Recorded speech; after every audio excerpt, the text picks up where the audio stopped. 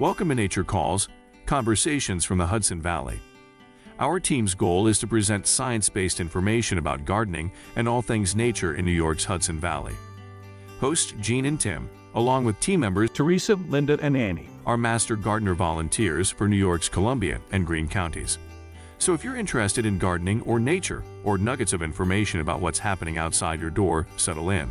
Enjoy the conversation. Whatever the season, we have something to say.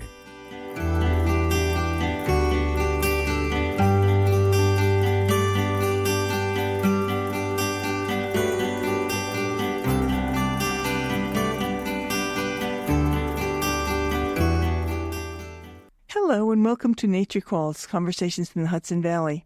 I'm Teresa. And I'm Jean. We're here today with Master Gardener Volunteer Shelley Haefner, who is also an expert on microgreens, daylily breeding, and a beginning cut flower farmer. Shelley also hosts a YouTube series called Guiding Green Thumbs. Shelley, what else should we know about you? Well, I've been with my husband for 13 years, and if you watch my videos, you'll know that he tolerates my plant addiction and my ambition really well. But I also have two kids, a 7-year-old and an 11-year-old, who definitely keep us busy. I love the 7-year-old. In one of the YouTube things, her boots got stuck in the mud, and they had to lift her out of them. Oh, yes. That was fun. She loves to find trouble, that kid. That sounds like my kind of kid. Well, I was thrilled when you told me you grow microgreens.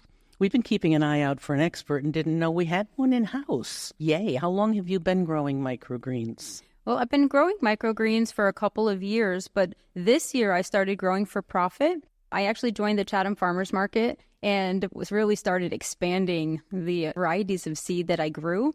And we started bringing fresh trays to the market and found out how much interest there really was in microgreens and how much people really didn't know about microgreens. It was such a weird dynamic there.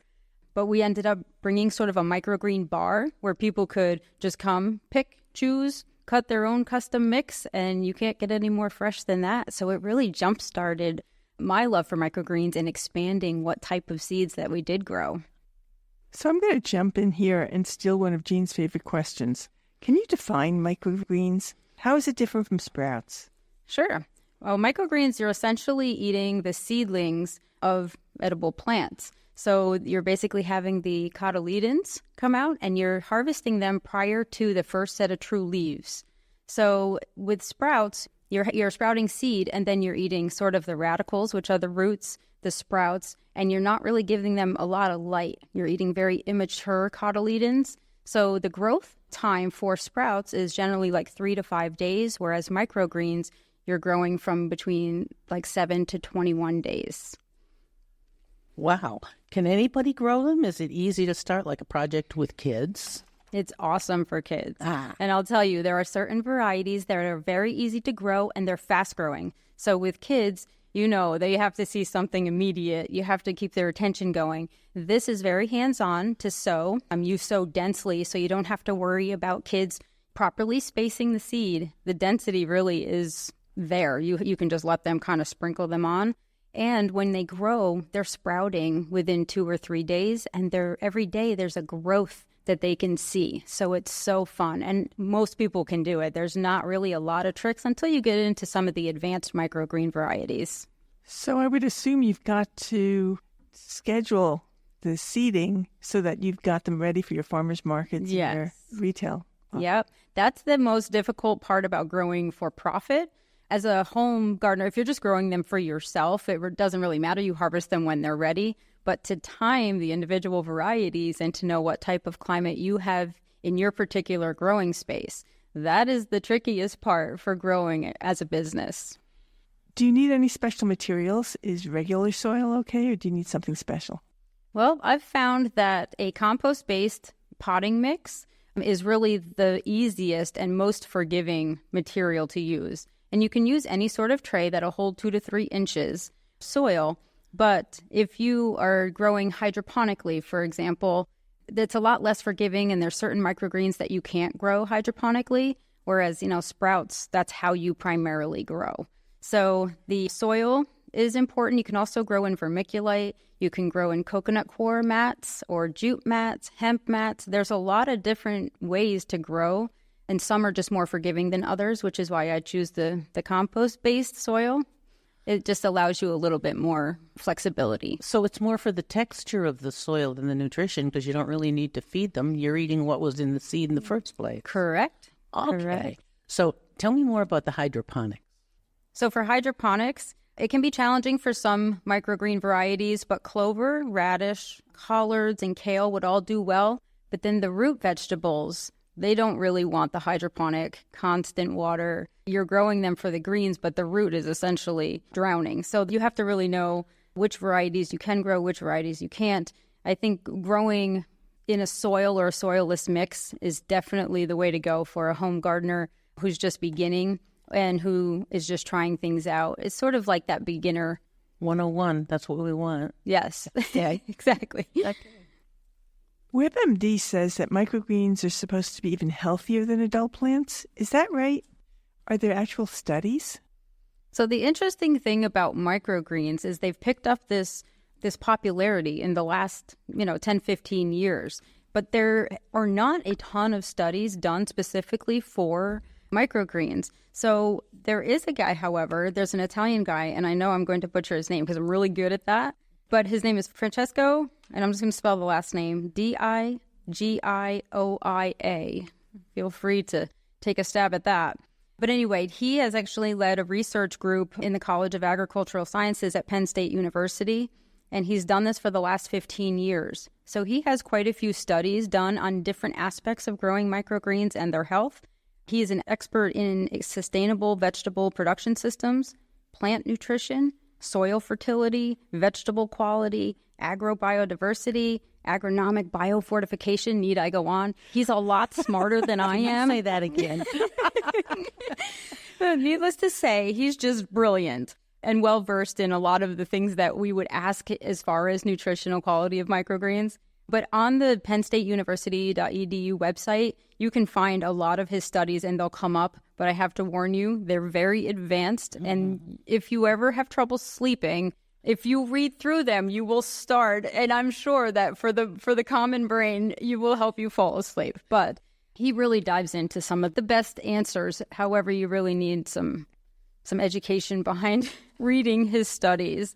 But also, one of the best things that I did read when I was researching this was there was a study project that he was involved in that had to do with food resilience in the face of catastrophic global events. And it was an international team that concluded that microgreens have the potential to help global nutrition security. So because you can grow them in a variety of different mediums and they grow in such a short period of time and they don't need a lot of direct light or heat mats or artificial lighting, this could actually help be an efficient food resilience resource for people, especially in food desert areas. And if there's global catastrophes, it's just something that you can get your nutrition from in a short period of time and really help with that.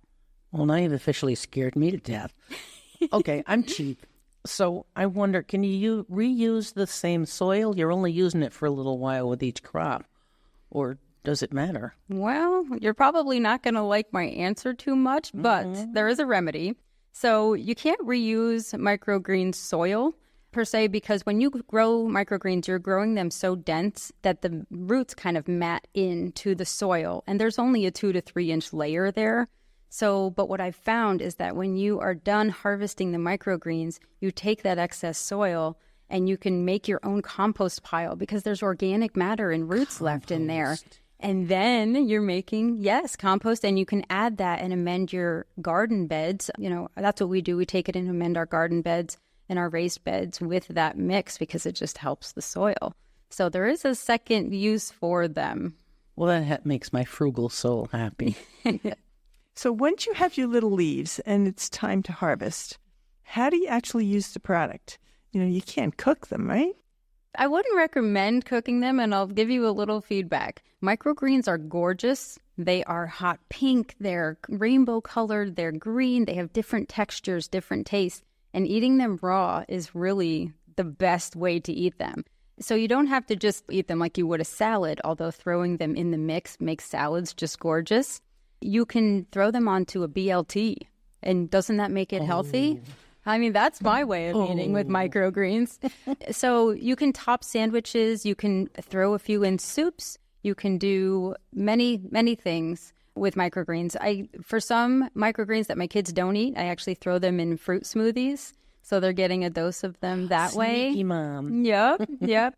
But they actually love the pea microgreens, the shoots. They're crunchy, they're sweet. The sunflower ones are good. So there's a lot of ways to use microgreens, but raw eating them is really my preferred way. Okay, that kind of leads into my next question. Do you have favorites? I definitely have favorites. Okay. Let's talk about those. So when it comes to easy, fast-growing microgreens, radish and broccoli, you cannot beat those two. They are spicy, so if you like a little spice in your salad, there's purple radish microgreens that are amazing. There's also the most healthy ones, which would be your red garnet amaranth, your cabbage, and broccoli. I also am fond of the pretty ones. So, you have the hot pink ones, the rainbow Swiss chard, beet mixes. They're so pretty. They're yellow and red and pink and green. It's just amazing to see them. They're just fun, and I love pretty food, so...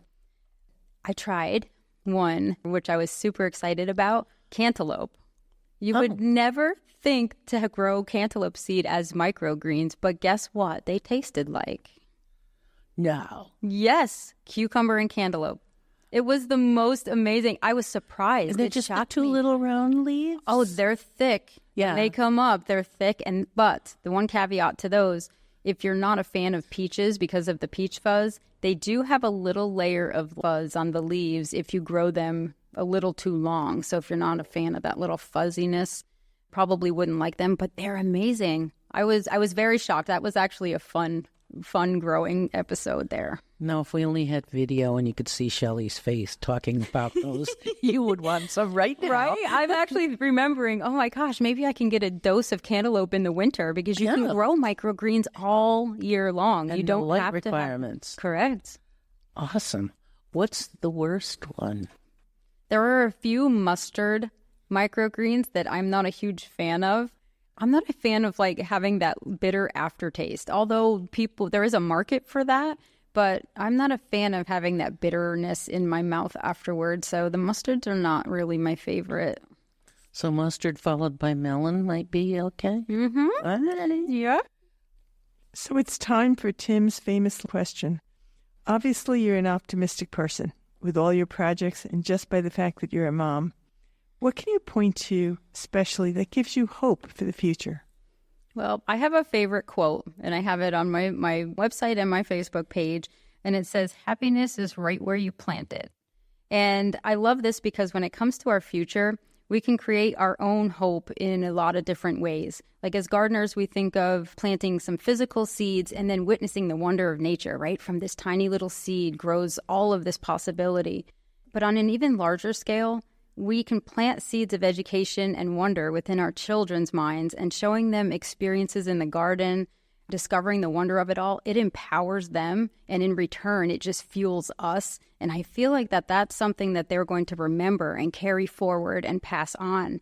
So I just saw it so much this year as an instructor at the kids' garden in Chatham, and I just take those moments and I soak them in because those are what is going to drive our future. What do you think we left out? Because we're skimming the surface with microgreens.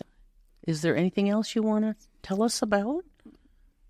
I would definitely say if you are a beginner and you've never tried microgreens and we're kind of scratching the surface for you and you're thinking, can I try that? Don't go out and buy all of these setups. Don't buy the lights, the racks, the trays, and make this huge investment because you're not going to grow for profit. Try a packet of seeds, try the flavors, see if you like it, try your windowsill, just get a feel for growing them. I would say definitely don't go overboard like I do and have the entire setup in a week and then try to figure out the timing and the growth patterns. But do give it a try because it is something that you can do over the winter. And in our zone, we have very long winters. So I would encourage people to try it. You're creating food for yourself. It's a fun project, even with the children. So I would definitely encourage just to give it a try if you haven't tried them. Do you need special grow lights, or you can just use windowsill sunlight? Depending on your sun exposure in the windowsills, you don't need lighting because they don't need a lot of light to grow. And it's okay if they get leggy and lean because you're really just cutting off the tops for the greens anyway. But if you're going to grow them on a regular basis and your home is sort of dark, you don't have a good sunny windowsill, you would probably need an additional grow light if you were going to do it on a regular basis. Shelley, thank you so much. You're getting me excited about potentially trying to grow microgreens. Yes, thanks so much for having me. It's so exciting to come and offer my thoughts and hope to be back. Oh, we're looking forward to you coming back. Thank you.